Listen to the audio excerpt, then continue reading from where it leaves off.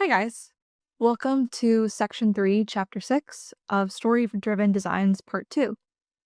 So, we're going to be talking about how to think about our designs in terms of story. So, I want to give you guys an example of one of my characters. Firstly, I want you really to just look at her and see if you can kind of guess at her personality, her backstory, her life, and keep it in your mind. So, this is Perry. She is one of my tabletop roleplay characters. She is a young amateur adventurer and a very awkward centaur who lives in a city as a student of the Academy of Magic. She's still learning to get a hold of her magic while trying to fit into this bustling city, which was very much not made with centaurs in mind. Her posture is very awkward, like she's trying to take up less space. She is a student, so she's wearing, at least partially, the student uniform, but it's only fitted to the human part of her body because, like I said, this is not a city built with centaurs in mind, so there is no lower half clothing. I don't even know how that would look. As well as the Academy emblem that is sort of hanging from her uniform. Her wild mane is contained into these braids, both her tail and sort of the hair on her head, but there are still some flyaways because she doesn't have too much control over herself and over her abilities yet. The purple tones in her palette connect to her eyes and sort of her internal magic as a spellcaster born with powers. Purple and violet is often a magic associated color. Purple is also very much associated with like fanciness and sort of luxury that is specifically tied to her clothing. So you can kind of tell that the school that she goes to is a bit maybe upper class, a bit high end, or just a little bit posh. The glasses on her face also point to her being a bit of a bookworm or a bit of at least a student who is studying. She carries, oddly, two bone handled knives, which are the only thing on her that do not look city made, meaning that they're probably from her herd that she left. What I really want to break down about this character is just sort of how you can use things like hair or clothing, posture, and acting, which we'll be talking about next section, and color choices to contribute to the design of a given character. All of these things sort of work in tandem to convey a character's personality, their aura, their vibe, and we're going to be thinking about this going forward as we design our characters. So here's how to think about character designs. My intentions when I design characters is to create people more so than characters, and specifically people that would fit into the world that I've made. We talked a little bit about characters fitting in and sort of visually being cohesive with the props and the setting. You can have characters that deviate or are contrasted with the setting that they're standing in. I mentioned the cowboy in space.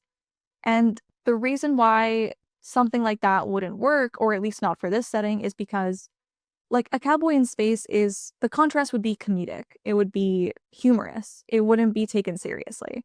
And for a genre like blood magic or for a story like blood magic, having characters fit into their world just helps the audience understand what's going on and add a bit more believability, which will ultimately help them take the story seriously and the stakes of the story to take it seriously.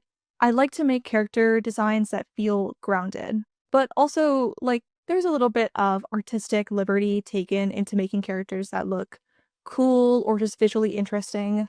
I try to twist or challenge existing tropes if I can too. For example, looking back at Perry, it's very uncommon for centaurs to be in urban environments, but I thought that the tension created by putting a centaur where she's not meant to be would be an interesting bit of tension for her story.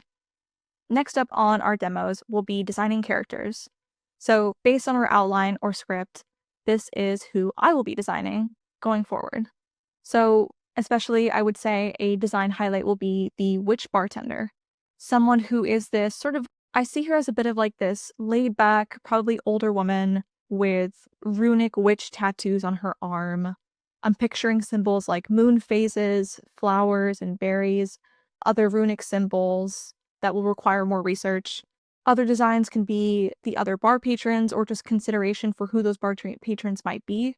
I especially think it would be fun to design a siren singer to not just expand on the list of supernaturals in this world, but because I feel like I can see her vividly in my mind already as like this beautiful woman who is wearing this reflective dress. At first glance, her dress might look like sequins, but maybe out of the corner of your eye, her siren form is revealed, and maybe those sequins are actually scales. And then, of course, Locke and Van, who already have designs, as you can see. But at this point in the story and this point in the development of blood magic, I would like to tweak their designs slightly for this scene. So, for example, Locke probably wouldn't have her large jacket yet.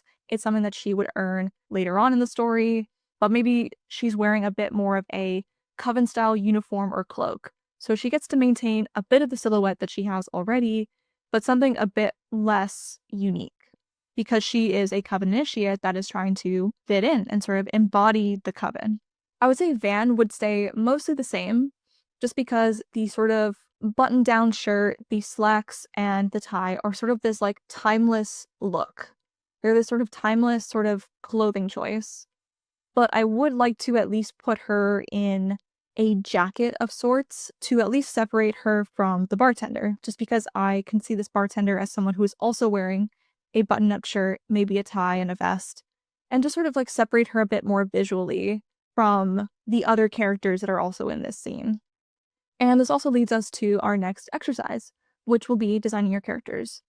So you'll be working with me as I design the characters for my scene during our demos. But for this next exercise, I'd like you to create a sketch of your characters' designs, or characters plural. This should be ideally a full body sketch of their design, but it will be whatever is enough to be your main reference for drawing them going forward. It can be the front and the back, or just the front.